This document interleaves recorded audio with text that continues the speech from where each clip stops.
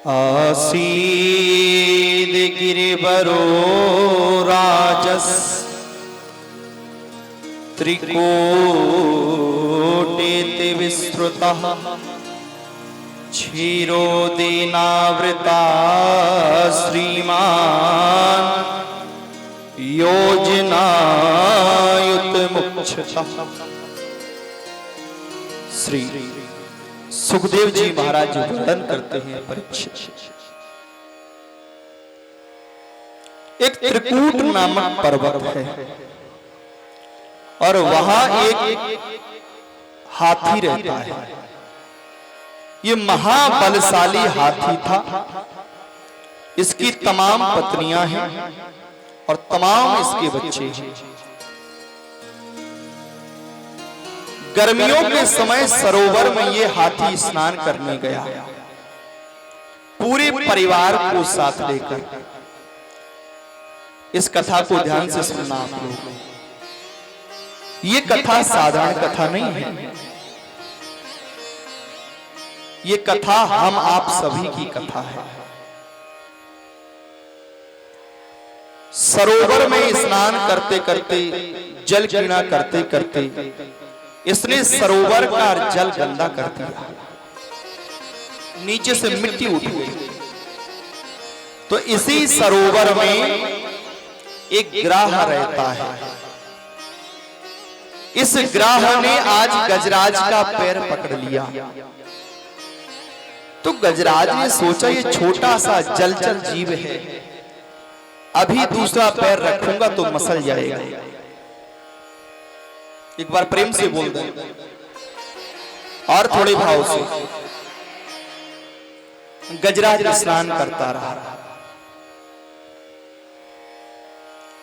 और ये ग्राह इस गजराज को जल में नीचे खींचने लगा, नीचे खींच रहा। गजराज ने अपना पूरा प्रयास किया लेकिन छूट नहीं पा रहा। तो पत्नियों और बच्चों की तरफ इशारा करके कहा, अरे मेरी सहायता करो, ये छोटा सा ग्राह मुझे जल में नीचे खींच रहा है। सभी हथनियों ने, बच्चों ने सूंड में फंसाई और एक दूसरे की सूंड से खींचने लगे, लेकिन ग्राह नीचे खींच के ले जा रहा है। पूरा इसका परिवार प्रयास करता रहा। अंत में परिवार के लोगों ने कहा, देखो स्वामी, अब आपका अंतिम समय आ गया है, ये ग्राह आपको छोड़ने वाला नहीं है। तो आपके कारण यहां पूरा परिवार भूखों क्यों मरे, आपको तो मरना ही है। आज पूरे परिवार ने साथ छोड़ दिया। यही स्थिति हम आप सभी की होती है। हम लोग भी जब तक शरीर में बल है, अभिमान में, उस गजराज की तरह यहां वहां घूमते रहते हैं। परिवार को पालने के लिए कितना प्रयास करते हैं, परिवार को पालते हैं और अंत में जब मृत्यु रूपी मगर पैर पकड़ता है, तो यही परिवार के लोग जिनके लिए हमने अपने पूरा जीवन व्यतीत कर दिया, पूरी जवानी जहां हमने खपा दी, यही परिवार के लोग भगवान से कहते, भगवान अब इन्हें आप उठा लो। यही परिवार जिसके लिए आप जीवन भर मरते रहे, वो परिवार कह रहा है कि अब इन्हें उठा लो। तो इसने कभी भगवान को याद नहीं किया, हमेशा अपने अभिमान में रहता था। बल का अभिमान था, इतने बड़े परिवार का अभिमान था। लेकिन आज जब बल काम नहीं आया, परिवार काम नहीं आया, तो आज इसे भगवान की याद आई। जब समझ लिया अंधियारा है, आशा टूटी उजियाले की, विपदा की उस मझधारा में सुध आई मुरलिया वाले की। आज भगवान की याद आ रही है। जिस समय मां द्रौपदी का चीर हरण किया जा रहा था, दुशासन मां द्रौपदी की साड़ी को खींच रहा था, तो पहले द्रौपदी ने अपना पूरा प्रयास किया, और प्रयास करना भी चाहिए, कर्म प्रधान है। हर व्यक्ति को पहले अपना पूर्ण कर्म करना चाहिए। तो बीच सभारो रही द्रौपदी, कर जोड़े दुखियारी, ऐ दीनों के नाथ बचा लो, लज्जा आज हमारी। जब उसने समझ लिया कि मेरे बचाने से मैं बचने वाली नहीं हूं, तो भगवान को याद किया। तो सुने अबला की टेर, चीर में आन बसे गिरधारी। फिर क्या हुआ? खैंचत खैंचत थको दुशासन, खिंची न गज भर साड़ी। तो हमें आपको यही चाहिए, इन कथाओं से यही सीखना है। हम आप अपना पूरा कर्म करें, पूरी मेहनत करें, और जब हमें लगे कि नहीं अब नहीं हो पाएगा, तो बस तुरंत भगवान के श्री चरणों में अपना मस्तक झुका दो, कहो कि प्रभु अब आप ही देखो, हमसे नहीं होने वाला। और फिर देखो भगवान कृपा करते हैं कि नहीं। लेकिन पहले ही अकर्मण्यता मत दिखाओ, हाथ पे हाथ रखकर मत बैठो कि भगवान ही सब करेंगे। कुछ आप ही तो करिए, आपका भी तो कर्तव्य है। पहले पूर्ण प्रयास करें, पूर्ण कर्म करें, और उसके बाद फिर आप भगवान की तरफ देखें। तो आज इस हाथी ने जब भगवान को पुकारा तो भगवान आए, इस हाथी को जल से बाहर निकाला, तो हाथी का पैर पकड़कर ग्राह भी बाहर आ गया। तो आज भगवान ने चक्र चलाया और उस ग्राह का उद्धार कर दिया। बोले गोविंद भगवान की जय। परीक्षित ने प्रश्न किया, महाराज ये हाथी और ग्राह पूर्व जन्म में कौन थे? श्री सुखदेव जी महाराज वर्णन करते हैं, परीक्षित ये हाथी पूर्व जन्म में इंद्रद्युम्न नामक राजा था। अंत में इसे वैराग्य आया तो उसने राजपाट को छोड़ दिया, वैराग्य ले लिया, जंगल में चला गया, आश्रम में बैठकर भगवान का भजन करने लगा। वहां से दुर्वासा मुनि निकले तो मुनि को प्रणाम नहीं किया, अभिमान में बैठा रहा। तो दुर्वासा मुनि ने श्राप दे दिया, हाथी की तरह अभिमान में बैठे हो, संत को प्रणाम करना भी नहीं जानते, हम तुम्हें श्राप देते हैं, तुम हाथी ही बनोगे। चरणों में गिर पड़ा, महाराज क्षमा कर दो, अपराध हो गया। तो दुर्वासा मुनि ने आशीर्वाद दिया, तुम्हें हाथी तो बनना पड़ेगा, लेकिन भगवान तुम्हारा उद्धार करेंगे, तुम्हें भगवान का दर्शन भी होगा, ये आशीर्वाद दिया। फिर बोले महाराज ये ग्राह कौन था? बोले ये पूर्व जन्म में हुहु नामक गंधर्व था। एक महात्मा जी जल में स्नान कर रहे थे। इसने हास परिहास में महात्मा जी का पैर पकड़ लिया। महात्मा जी घबरा गए, किसी ग्राहक ने मेरा पैर पकड़ लिया, ग्राहक ने, और ये हंसता हुआ बाहर निकला। महाराज डर गए, मैं था। महात्मा ने श्राप दे दिया, मूर्ख, किसी को ऐसे डराते हैं? मैं जल में तपस्या कर रहा था, भगवान का ध्यान कर रहा था, मैं तुझे श्राप देता हूं। तुझे पैर पकड़ने का शौक है, जा तू ग्राह बन जा, मगर बन जा, लोगों के हमेशा पैर ही पकड़ता रहे।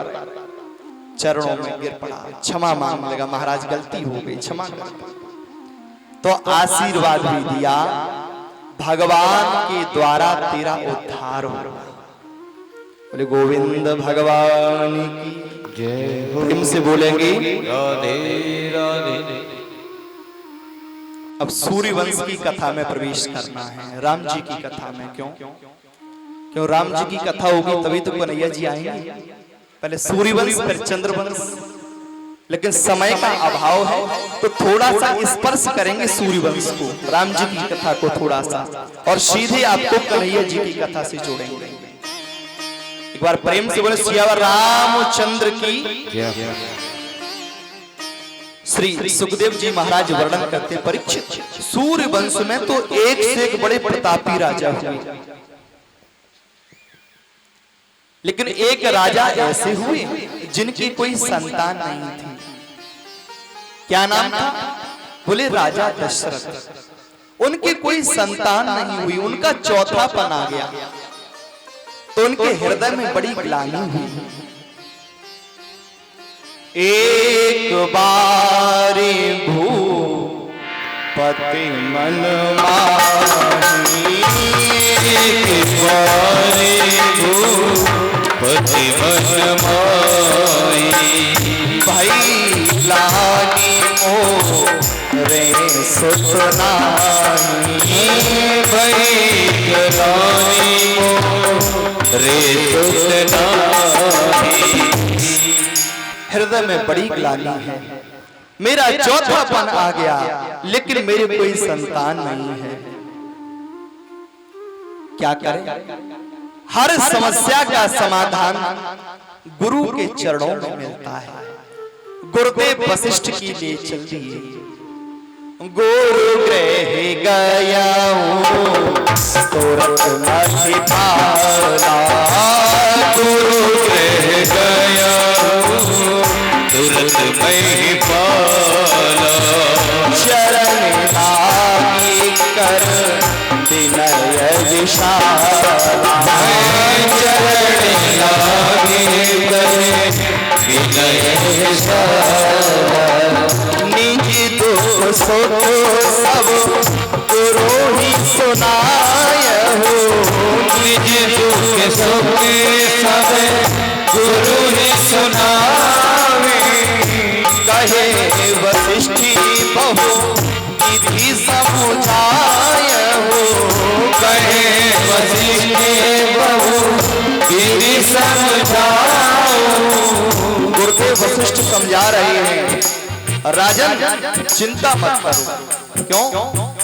धरो धीरे हुई सुचारी, धरो धीरे हुई सुचारी, त्रिभुवन विदित भगत भयहारी, त्रिभुवन विदित भगत भयहारी। राजन चिंता मत करो, तुम्हारे 4 पुत्र होंगे और तीनों लोकों में यश करने वाले होंगे। अब गुरुदेव वशिष्ठ उपाय कर रहे हैं। क्या उपाय किया?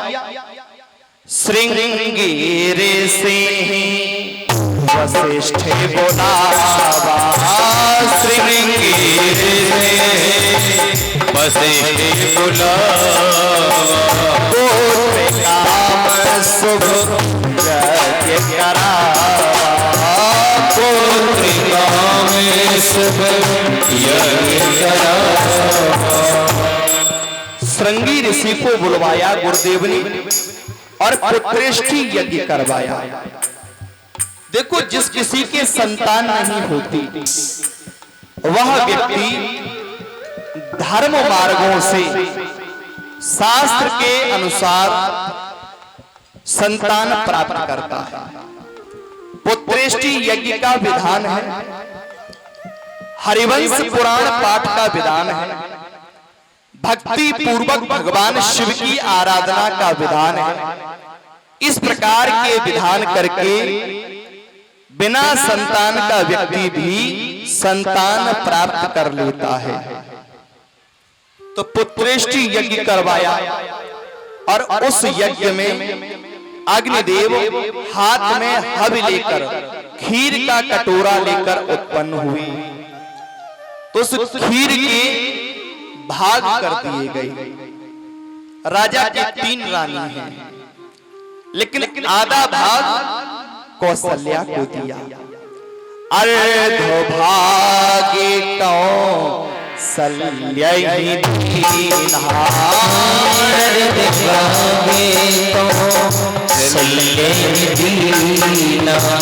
उभय भागे आधे कर कीना, उभय भागे आधे कर दीना।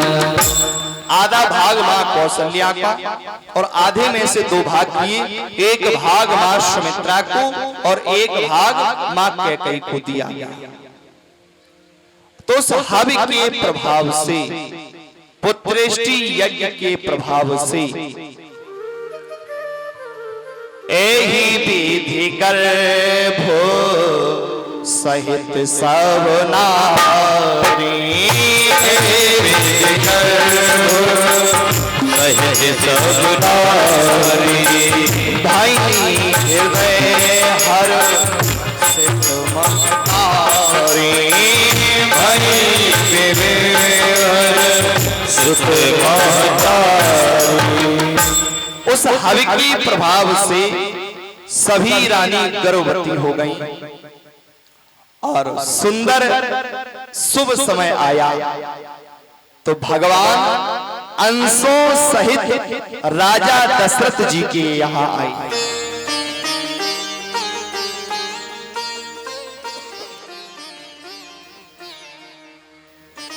प्रेम से बोलेंगे आचार्य जी, और थोड़े भाव से और थोड़ी आनंद के साथ।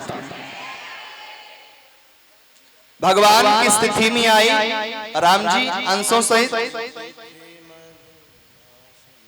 नौमी तिथि मधु मास पुनीता, नौमी तिथि मधु मास पुनीता, नौमी तिथि मधु मास पुनीता, नौमी तिथि मधु मास पुनीता, शुक्ल पक्षी अभिजित हरि प्रीता, शुक्ल पक्षी अभिजित हरि प्रीता। गोविंद भगवान की जय हो।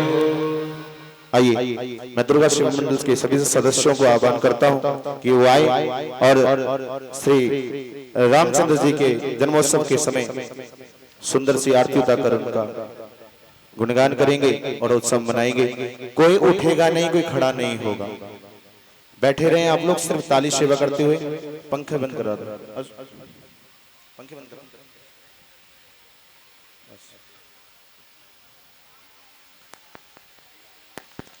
पहले श्री राम जी के जन्म का उत्सव, उसके बाद श्री ठाकुर जी महाराज का जन्मोत्सव मनाएंगे।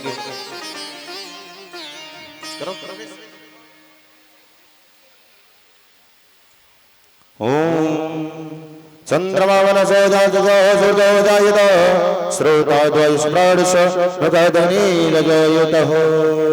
आइए, श्री राम जन्मोत्सव का उत्सव मनाएंगे। उसके उपरांत फिर ठाकुर जी महाराज के जन्मोत्सव की विदाई में चलेंगे।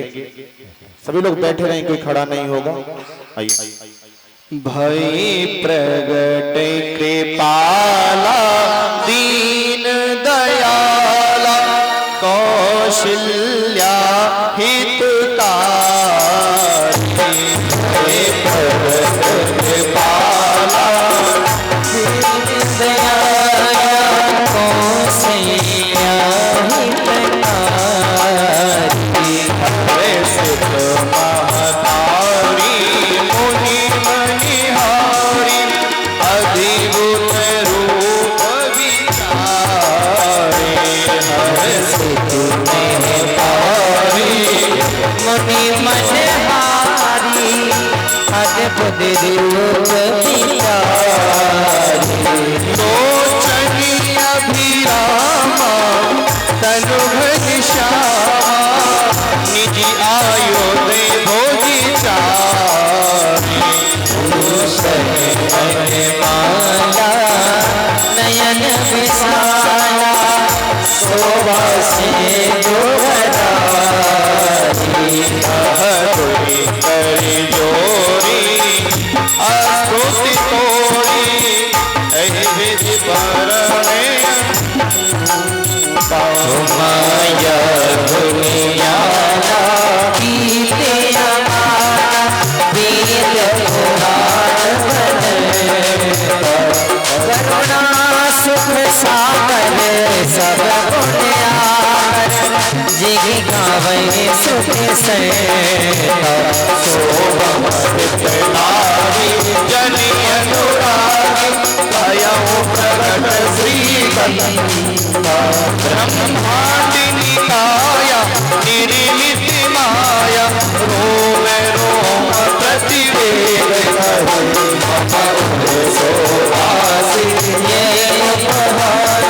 सुनत वीर गति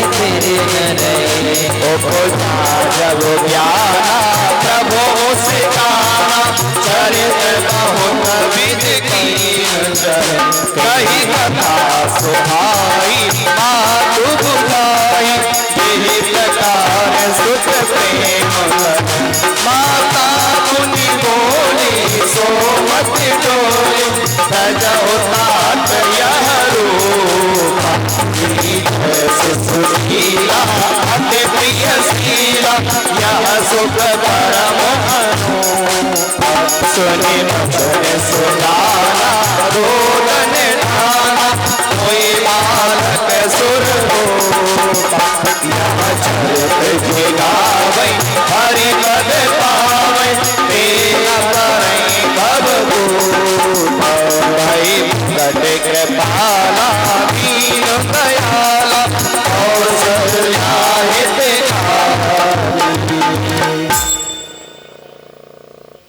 सिया रामचंद्र की जय हो। श्री हनुमान जी महाराज की जय हो। श्री राम दरबार की जय हो। आइए अब कथा को गति देंगे और श्री ठाकुर जी महाराज के जन्मोत्सव की कथा की ओर चलेंगे।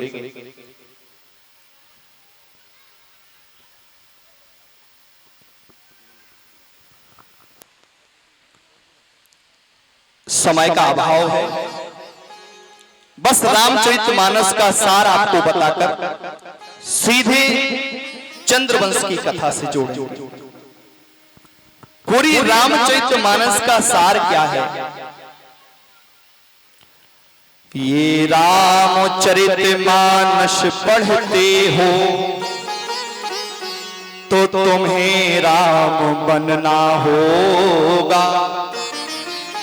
चलो राम के पद चिन्हों पर अब इतिहास बदलना होगा। जाने कितनी सूर्पणखाएं अपना नाटक दिखा रही हैं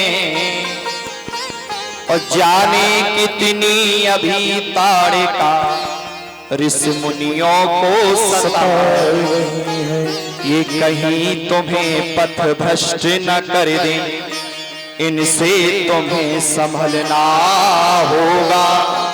और चलो राम के पद चिन्हों पर अब इतिहास बदलना होगा। ये विजय दशहरा पर्व यहाँ कस्बों में मेले लगते हैं, सचमुच के रावण जिंदा हैं, कागज के रावण जलते हैं। तो इन सचमुच के 10 शीशों को अब चौराहों पर कुचलना होगा। और चलो राम के पद चिन्हों पर अब इतिहास बदलना होगा। श्री रामचंद्र की जय। अब सुंदर सी चंद्रवंश की कथा प्रारंभ हो रही है। मथुरापुरी में उग्रसेन महाराज राजा थे। इनका पुत्र कंस बड़ा ही दुष्ट था। इसने अपने पिता को ही कैद खाने में डाल दिया और स्वयं राजा बनकर बैठ गया। तरह तरह के उपद्रव करवाने लगा। अब इसके सचिव लोगों ने परामर्श दिया, राजन तुम जो तरह तरह के उपद्रव कर रहे हो, इससे प्रजा में आपके खिलाफ बहुत बातें हो रही हैं। अब कुछ ऐसा षड्यंत्र रचो ये सारी प्रजा आपको अच्छा मानने लगे। क्या कर? तो आज अपनी चचेरी बहन देवकी के विवाह का षड्यंत्र इसने रचा और अपने मित्र वसुदेव के साथ में देवकी का विवाह करवा दिया। और जिस समय देवकी की विदाई हो रही है तो एक कंस रोता हुआ रथ पर बैठ गया, घोड़ों की लगाम अपने हाथों में थाम ली, रो रहा है। लोग कहने लगे, ओहो, हम जिस राजा को दुष्ट समझते थे, कठोर हृदय का समझते थे, आहा, हमारे राजा कंस का हृदय कितना कोमल है। चचेरी बहन की विदाई में कितना रो रहे हैं, सारथी बनकर घोड़ों की लगाम थामे बैठे हैं। ओहो, तभी आकाश से आकाशवाणी हुई, ऐ कंस, जिस बहन को तू इतने लाड़ प्यार से विदा कर रहा है, इसी की 8वीं संतान तेरा काल बनेगी, तेरा काल बनेगी। कंस घबरा गया, सारा प्रेम गायब हो गया। हाथ में तलवार निकाल ली, देवकी के केसों को पकड़ा, रथ से नीचे गिराया। कहने लगा, ना रहेगा बांस और ना बजेगी बांसुरी। जब देवकी ही नहीं होगी तो मेरा काल कहां से आएगा? मैं इसे ही समाप्त कर दूंगा। वसुदेव जी ने हाथ जोड़े, हे राजन कंस, आप राजा हैं, आपको ये शोभा नहीं देता। और यदि आपको इसकी संतान से भय है तो हे राजा, आप जानते हैं मैं सत्यवादी हूं, मैंने कभी असत्य नहीं बोला। इसकी जो भी संतान होगी मैं आपको ला कर दूंगा, इसे छोड़। कंस भी जानता था कि वसुदेव जी सत्यवादी हैं, तो देवकी को छोड़ दिया। आज पहली संतान का जब जन्म हुआ तो वसुदेव जी संतान लेकर आए। तो कंस ने कहा, देखो इसे ले जाओ, हमें जो खतरा है वो 8वीं संतान से है, ये तो पहली संतान है, इससे हमें कोई भय नहीं। वसुदेव जी लेकर चल दिए। तब तक नारद जी महाराज आ गए। नारद जी ने कंस को समझाया, कंस मेरे हाथ में ये देखो किसका पुष्प है, कमल का। अब इसमें पंखुड़ी गिनो, पहली कौन सी, 8वीं कौन सी? इस तरफ से गिनी, 1 2 3 4 5 6 7 8, ये 8वीं। यहां से गिनो, 1 2 3 4 5 6 7, अरे ये 8वीं। समझाया कि कब पहली 8वीं बन जाए और 8वीं पहली बन जाए। ये देवताओं का षड्यंत्र है कंस, तुम नहीं समझोगे। कंस के कान खड़े हो गए। देखो, मूर्ख और शंख ये दूसरों के फूंकने से ही बचते हैं। वापस वसुदेव जी को बुलाया और संतान को मारने लगा। देवकी रो रही, भैया मेरे लाल को मेरे भैया न मारो मेरे लाल को, मेरे भैया न मारो, इसे मार कर के तुम्हें क्या मिलेगा। मेरे लाल को भैया न मारो, इसे मार करके तुम्हें क्या मिलेगा। मेरे लाल को मेरे भैया न मारो, मेरे लाल को मेरे भैया न मारो, इसे मार करके तुम्हें क्या मिलेगा। इसे मार करके तुम्हें क्या मिलेगा।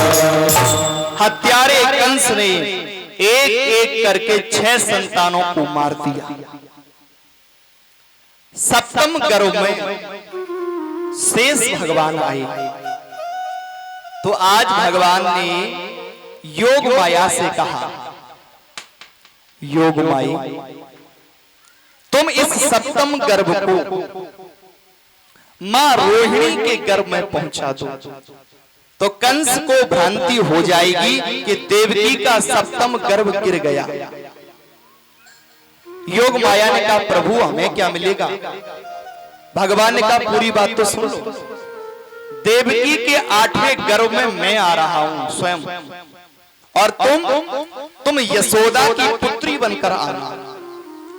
और जब कंस तुम्हें मारने चलेगा तो आकाश में अष्टभुजी देवी बनकर प्रकट हो जाना, और फिर तुम्हारी बहुत पूजा होगी। कोई कालिका कहेगा, कोई चामुंडा कहेगा, कोई दुर्गा कहेगा, अनेक प्रकार से तुम्हारी पूजा हो जाएगी। तो योग माया ने वैसा ही काम किया।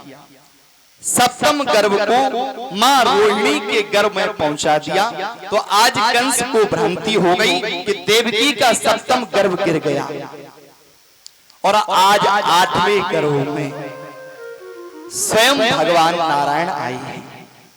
तो देवताओं ने भगवान की स्तुति की। सत्यव्रतम सत्य परम त्रिसत्यम, सत्यस्य योनिं निहितं च सत्ये, सत्यस्य सत्य मृत सत्य नेत्रम, सत्यात्मकं त्वां शरणं प्रपन्नम्।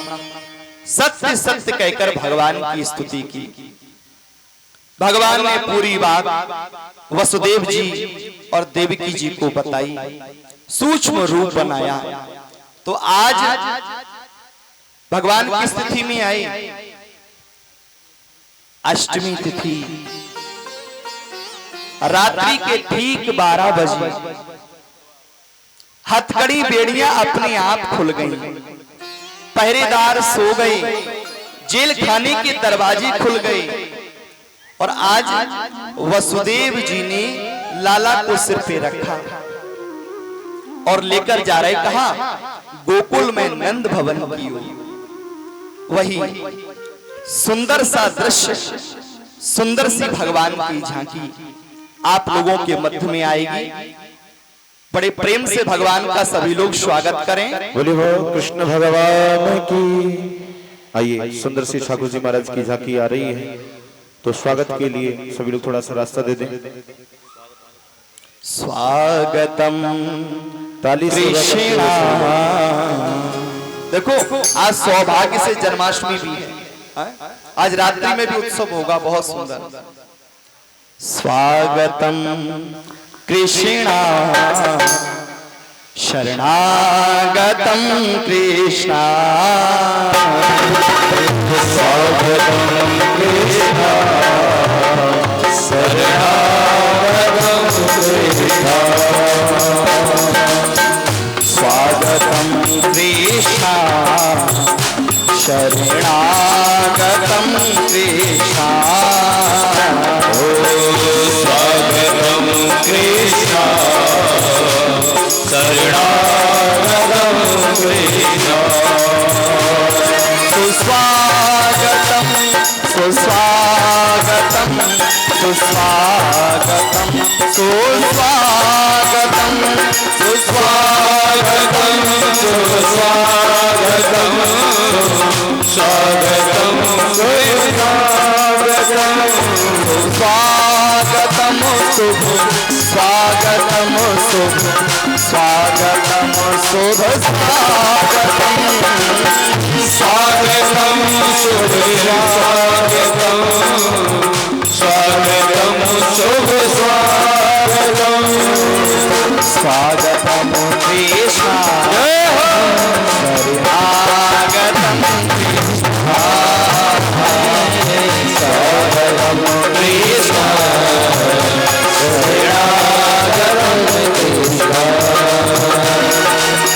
स्वागतम शुभ स्वागतम शरणागतम कृष्ण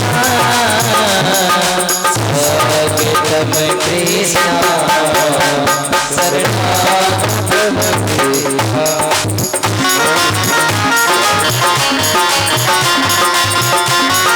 सुंदर से भाग्य से बाबू महाराज की तब आओगे तब लिया हमारे अंगना अभी कोई खड़ा नहीं होगा, कोई खड़ा नहीं होगा, पहले पूजन उसके बाद फिर उत्सव मनाया जाएगा। आइए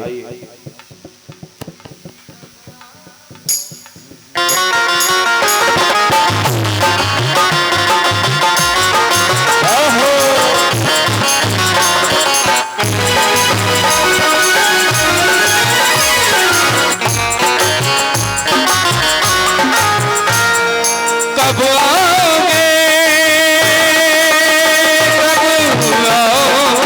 कब आओगे जिस से जान जुदा होगी क्या कब आओगे जल्दी चले आओ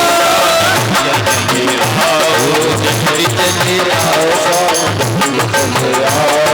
जल्दी चले आओ काना जल्दी चले आओ जल्दी चले आओ श्याम जल्दी चले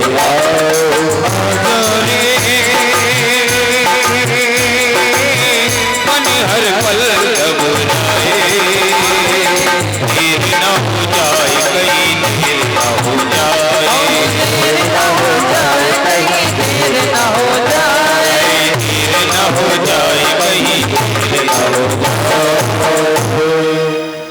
बोले बाल कृष्ण भगवान की